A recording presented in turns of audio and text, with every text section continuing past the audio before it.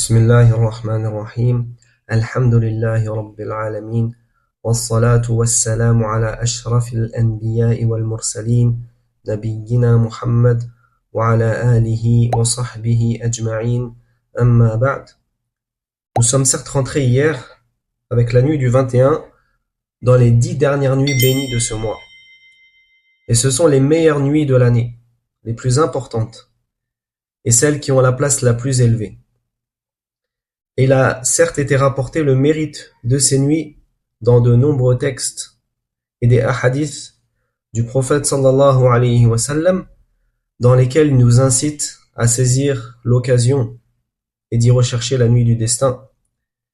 Et il était rapporté d'après Aïcha radiallahu anha كان النبي صلى الله عليه وسلم إذا دخل العشر شد مئزره وأحيا ليله وأيقظ أهله. Donc, Aïcha radiallahu anha a rapporté que lorsque rentraient les 10 derniers jours, le prophète sallallahu alayhi wa sallam serrait son izar, son pagne, c'est-à-dire qu'il s'écartait de ses épouses. Il veillait la nuit et réveillait sa famille.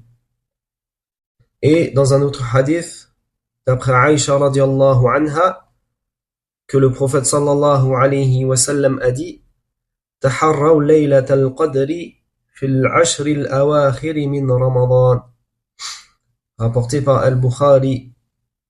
Le prophète sallallahu alayhi wa sallam a dit cherchez la nuit du destin dans les 10 dernières nuits de Ramadan. Et le sens de cela est que chaque nuit des 10 dernières nuits, la personne va alors rechercher la nuit du destin, car on ne sait pas dans quelle nuit tombera la nuit du destin. Et il est certes probable qu'elle tombe dans certaines nuits, par rapport à différents textes qui ont été rapportés. Mais la nuit du destin doit être recherchée chaque nuit. C'est pour cela que je me conseille à moi-même, ainsi qu'à vous, c'est de la rechercher chaque nuit. Comme si c'était cette nuit-là. De faire comme si chaque nuit qui passe soit la nuit du destin. Et de se dire soi-même que chaque nuit peut être la nuit du destin. Et si tu fais cela, pendant les 10 nuits, les 10 dernières nuits, alors cela constituera un butin extrêmement conséquent pour toi, dans le fait de préserver ton temps dans ces 10 dernières nuits, dans l'évocation d'Allah, le fait de lire le Coran, de prier la nuit. Et à ce sujet, je vous rappelle la parole du prophète sallallahu alayhi wa sallam, qui a dit من قام مع الإمام حتى ينصرف كتب الله له قيام ليلة, rapporté par At-Tirmidhi. Donc le prophète sallallahu alayhi wa sallam a dit celui qui prie avec l'imam jusqu'à ce qu'il termine, Allah lui inscrira la prière de nuit complète. Et si tu pries la prière de Tarawih, puis tu pries At-Tahajjud, et enfin tu termines avec l'imam en priant Al-Witr, alors il te sera inscrit une prière de nuit complète, bien que tu n'as même pas prié toute la nuit. Mais tu as seulement prié une partie de la nuit, peut-être le tiers, ou moins que cela. Mais il te sera inscrit bi'idnillah, comme si tu avais prié toute la nuit. Et si pendant ces 10 dernières nuits tu fais cela chaque nuit, il te sera alors inscrit la nuit de prière complète. Alors assurément, tu auras passé la nuit du destin en prière dans son intégralité, si tu as été assidu dans ces 10 dernières nuits. Et il incombe aux musulmans de faire preuve d'avidité dans ces 10 dernières nuits, et de préserver son temps, ainsi que le temps de ses frères et de ses sœurs. Et si tu vois un de tes frères ou de tes amis, ou un de tes compagnons avec le mushaf, qui est en train de lire le Coran, et que tu souhaites le saluer, alors reporte cela, et laisse-le avec le Coran. Ne l'interromps pas.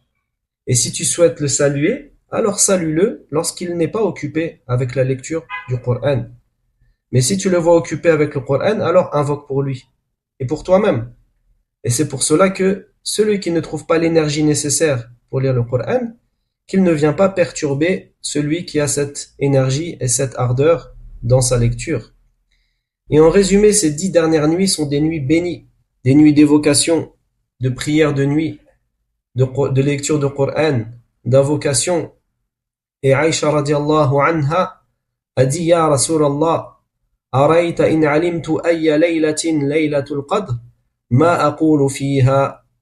فقال النبي صلى الله عليه وسلم قولي اللهم إنك عفو تحب العفو فاعف عني. Donc Aïcha a dit au prophète sallallahu alayhi wa sallam: Ô messager d'Allah, vois-tu si je connais dans quelle nuit est la nuit du destin? Que dois-je dire durant cette nuit? Et le prophète sallallahu alayhi wa sallam a dit: Tu dis, ô Allah, tu es certes pardonneur et tu aimes le pardon. Alors pardonne-moi. Et cette invocation est importante et appropriée à ces 10 dernières nuits. Et Allah a dit: Fiha yufraqu kullu amrin hakim. Et dans le sens de sa parole, Allah a dit: durant laquelle, c'est-à-dire la nuit du destin, est décidé tout ordre sage.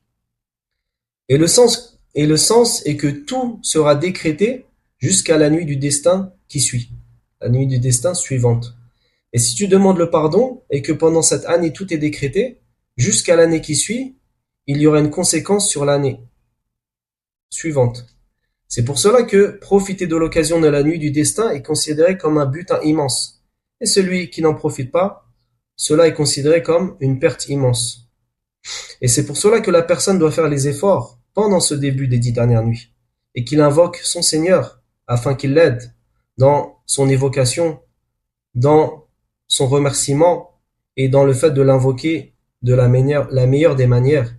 Et c'est dans ce sens qu'Allah Azza wa Jal a dit: وَالَّذِينَ جَاهَدُوا فِينَا لَنَهْدِيَنَّهُمْ سُبُلَنَا وَإِنَّ اللَّهَ لَمَعَ الْمُحْسِنِينَ. Et dans un sens approché, Allah a dit: quant à ceux qui luttent pour notre cause, nous les guiderons certes sur nos sentiers, et Allah est en vérité avec les bienfaisants. Et dans le hadith, le prophète sallallahu alayhi wa sallam a dit: Ihris ala ma yanfa'uka wasta'in billah. C'est-à-dire, recherche ce qui t'est profitable et demande l'aide d'Allah. Wallahu ta'ala a'lam wa sallallahu ala nabiyyina Muhammad wa ala alihi wa sahbihi ajma'in.